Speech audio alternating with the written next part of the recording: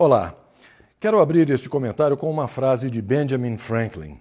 Ele disse que aqueles que abrem mão da liberdade essencial por um pouco de segurança temporária não merecem nem liberdade nem segurança.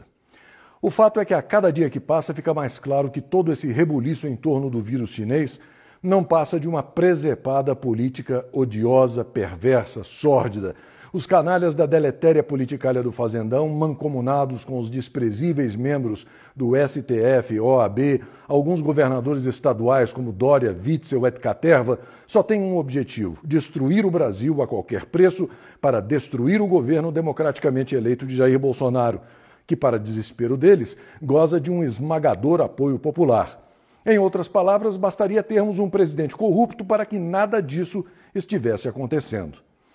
Até agora, segundo a CNI, 40% da população perdeu 100% da sua renda.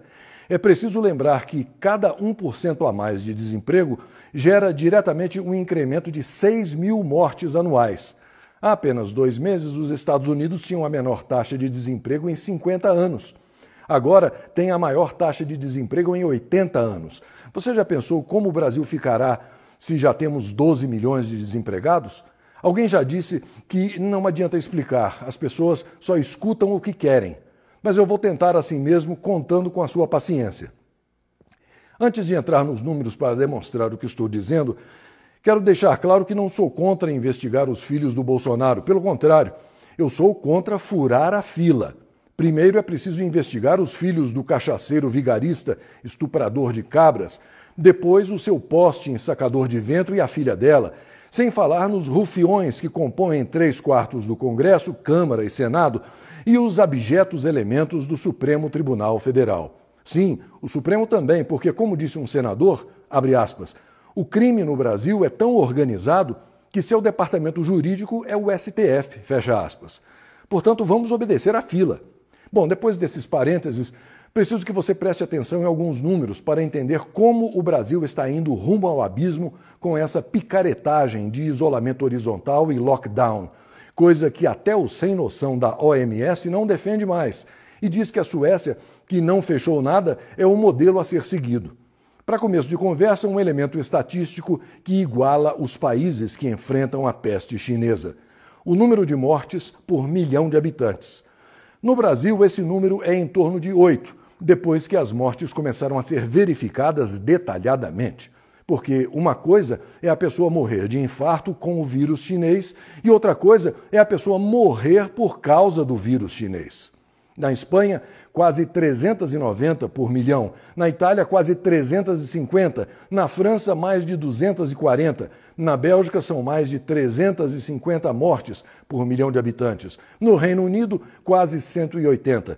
Na Alemanha, mais de 40. E o Brasil, com 7 ou 8 mortes por milhão de habitantes.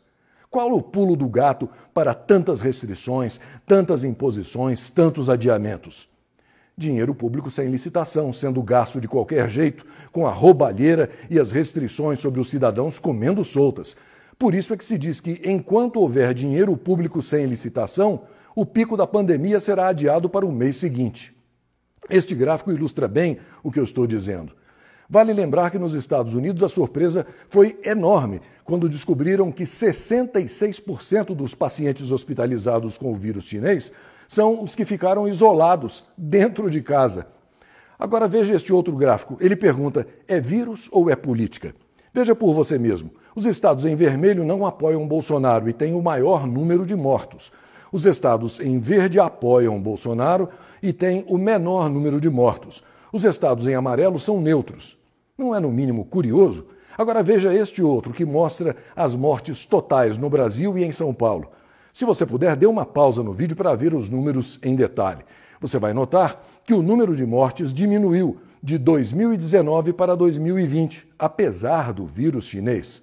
É por essas e outras que se diz que São Paulo e outros estados precisam com urgência de intervenção e auditoria federal. O número de mortos precisa ser verificado, além do superfaturamento nas compras sem licitação, do destino das verbas federais de auxílio, sem falar nas ações quase criminosas dos governadores e prefeitos. Veja o caso dos respiradores. O quadro mostra o valor de cada aparelho, que custa normalmente entre 15 e 50 mil reais. Em São Paulo, a situação está fugindo do controle, daí a campanha aberta contra o desgovernador e o pseudo-prefeito. Este outro quadro mostra bem o que eu quero dizer, um estado anti-Bolsonaro e outro pró-Bolsonaro. No Ceará, com pouco mais de 9 milhões de habitantes e restrições ao comércio, são mais de 700 mortos. Em Minas Gerais, com 21 milhões de habitantes e comércio flexibilizado, são 94 mortos.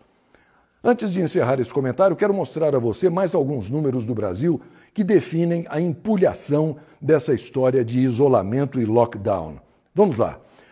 O vírus chinês mata 8 pessoas por milhão de habitantes. A meningite mata 13 por milhão. A tuberculose mata 24 por milhão. Os afogamentos matam 30 por milhão. Os suicídios matam 61 por milhão. As doenças cardíacas matam 150 pessoas por milhão de habitantes. Os acidentes matam 204 pessoas por milhão de habitantes. Ou seja, você tem muito mais chances de morrer indo à farmácia comprar um remédio do que morrer de Covid-19. Se as máscaras, o álcool gel, as mãos lavadas com água e sabão, o distanciamento social funcionam, por que fechar o comércio e estrangular a economia? A verdade, pessoal, é a seguinte: o coronavírus nasceu na China, cresceu na Itália, fez pós na Espanha, doutorado nos Estados Unidos e virou político no Brasil. Você sabe por que vários países já superaram a peste chinesa? Porque neles todos se uniram para derrubar o vírus, não o presidente da República. Portanto, preste bem atenção em quem diz fique em casa. Certamente um dia essa mesma pessoa já disse Lula livre ou ele não.